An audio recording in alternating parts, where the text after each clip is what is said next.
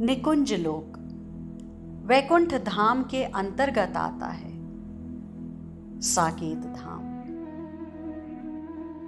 साकेत धाम से आगे एक दिव्य द्वीप है जिसे कई पुराणों में श्वेत द्वीप भी कहा है, और इस द्वीप में वही प्रवेश कर सकता है जो वैकुंठ का भी भेदन करके आगे जाने की सोचे। वैसे यह बहुत ही मुश्किल काम है, क्योंकि पूर्ण ऐश्वर्य का धाम है वैकुंठ, जहां भगवान नारायण निवास करते हैं और महालक्ष्मी जिनके चरण चाहती हैं। अनंत भगवान शेषनाग के रूप में विराजे हैं। विधाता ब्रह्मा वेद मंत्रों को गान करते रहते हैं। समस्त रिद्धियां और सिद्धियां यहां सेवा में सदैव तत्पर रहती हैं। स्वाभाविक है, ऐसे ऐश्वर्यमय धाम को छोड़कर कहीं और क्यों जाना चाहेगा उपासक। पर जो ऐसे महा ऐश्वर्य संपन्न वैकुंठ को भी छोड़कर जो आगे बढ़ने की हिम्मत करता है, वही साधक प्रेम लोक का अधिकारी है। वही साधक फिर सखी भाव से भावित हो जाता है। वैकुंठ का भी भेदन करके जो माधुर्य और प्रेम रस का ही व्यसनी है, वो वैकुंठ में नहीं रह सकता। तो स्वाभाविक है, साधक के इच्छा अनुसार वैकुंठ से ऊपर के लोक में भी वह जाने लग जाता है। सब कुछ इच्छा के अनुसार होता है। आप जहां की टिकट कटाएंगे, आप उसी गंतव्य पर पहुंचेंगे। वैकुंठ तो वैकुंठ। गोलोक में रहना चाहें तो वहीं रह सकते हैं, पर यदि वैकुंठ से ऊपर के लोक में जाना चाहें तो जा सकते हैं। यह सब साधक की इच्छा अनुसार होता है। तब उसे श्वेत द्वीप दिखाई देता है। इसी द्वीप में गोलोक खंड है, आगे कुंज खंड है, उसके और आगे निकुंज खंड है, आदि आदि। आप कहां पहुंचना चाहते हैं? आपकी इच्छा शक्ति कितनी है, आप वहीं पहुंच सकते हैं। ये भाव प्रदेश है। भाव जितना जितना गूढ़ गहन होगा, आप उतना उतना युगल के करीब होते जाएंगे। निकुंज को ही नित्य वृंदावन भी कहा जाता है। कुछ बातें समझनी आवश्यक हैं। निकुंज में काल की गति नहीं है। काल यानी समय अचल है। निकुंज की सहज संपत्ति है सौंदर्य और संगीत। ये बात समझनी बहुत आवश्यक है। इस निकुंज में सदा सर्वदा राग रागिनियां ही गूंजती रहती हैं। रुचि के प्रकाश परस्पर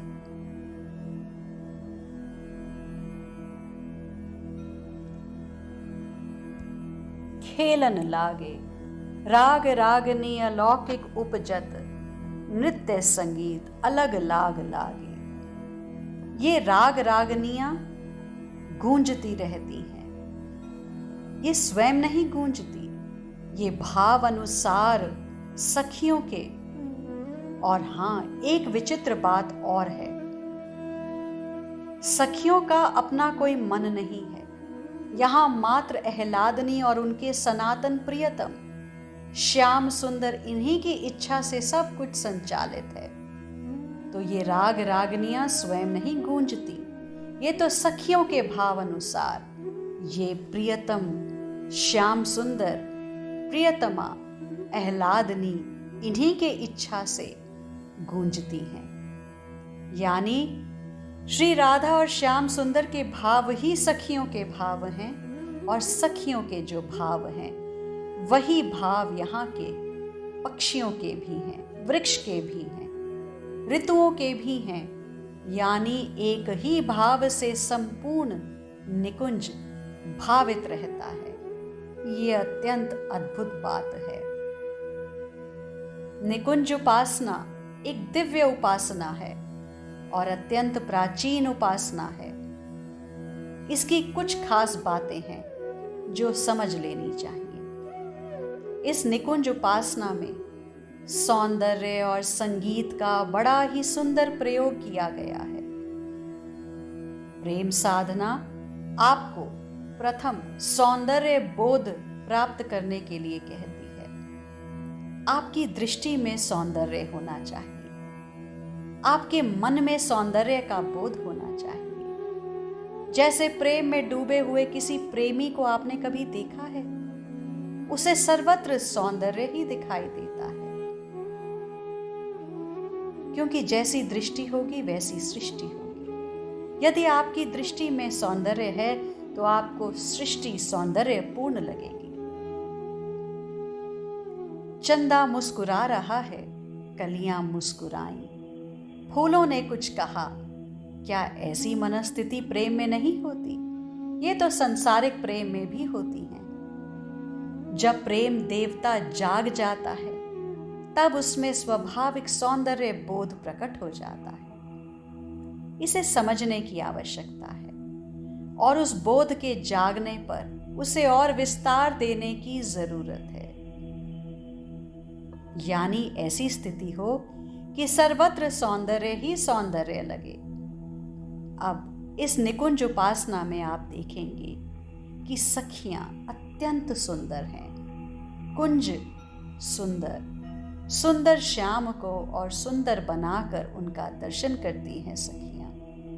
उनकी आह्लादनी हैं, वो वैसे ही सौंदर्य माधुर्य की मूर्ति हैं, पर उनको भी और श्रृंगारित कर उनके पिया के पास ले जाती हैं। सजे धजे सब हैं इस निकुंज में, सब सुंदरता की सीमा है, हद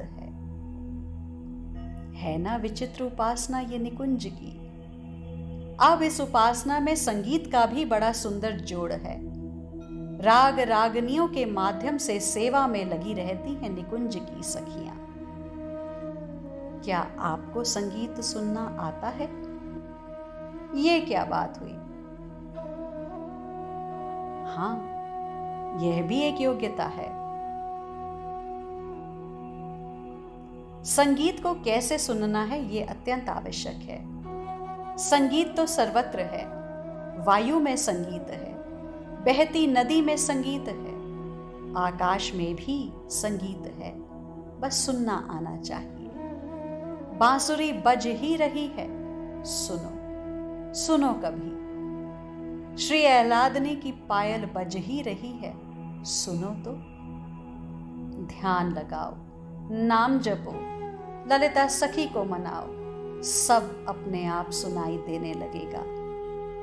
प्रेम देवता तुम्हें पुकार रहा है, सुनो कभी। जो भी इस श्री राधा चरित्र का श्रवण कर रहे हैं, सब पर अत्यंत कृपा है। तभी यह सुअवसर प्राप्त हुआ है, तभी श्रवण का अवसर मिला है। प्रेम देवता आप सबको पुकार रहे हैं, बस आपको सुनाई नहीं दे रहा।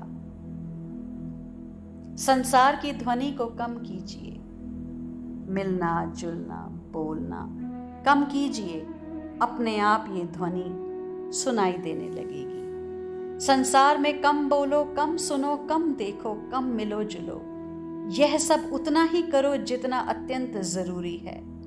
एक पल भी बिना जरूरत सांसारिक कामों में मत लगाओ अपनी इंद्रियों को। जीवा से नाम जपते रहो, ये बांसुरी जो बज रही है सुनाई देगी।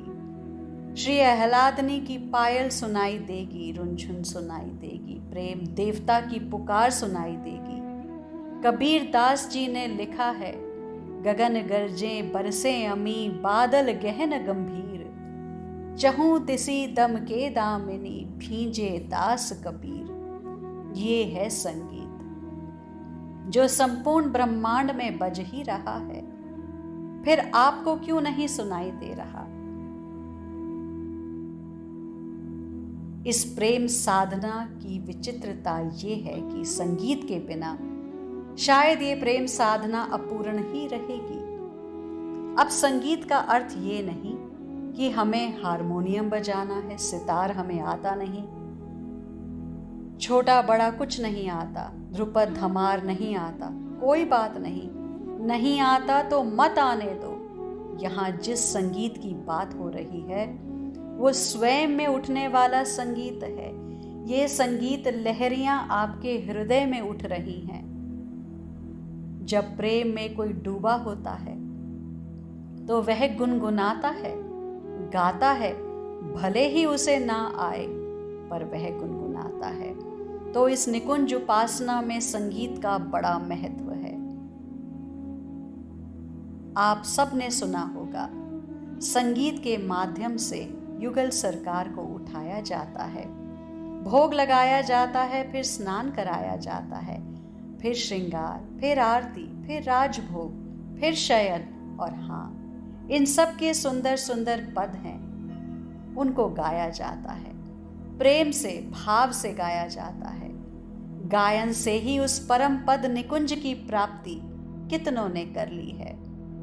ऐसे वृंदावनीय लोगों के सामने कतिपय उदाहरण हैं। आप सब समझ रहे हैं ना इस प्रेम साधना के रहस्यों को? ये दिव्य और अद्भुत साधना का मार्ग है, ये भाव प्रदेश है। अर्जुन भी इसी निकुंज में आए हैं सखी बनकर। आप भी इसी निकुंज में आ सकते हैं सखी भाव से भावित होकर। खूब नाम जपिए, प्रेम से जपिए, भाव से जपिए और सब कुछ प्रकाशित हो जाएगा। लीला दर्शन, लीला चिंतन सब होने लगेगा। आज के लिए इतना ही, शेष आगे। श्री राधा।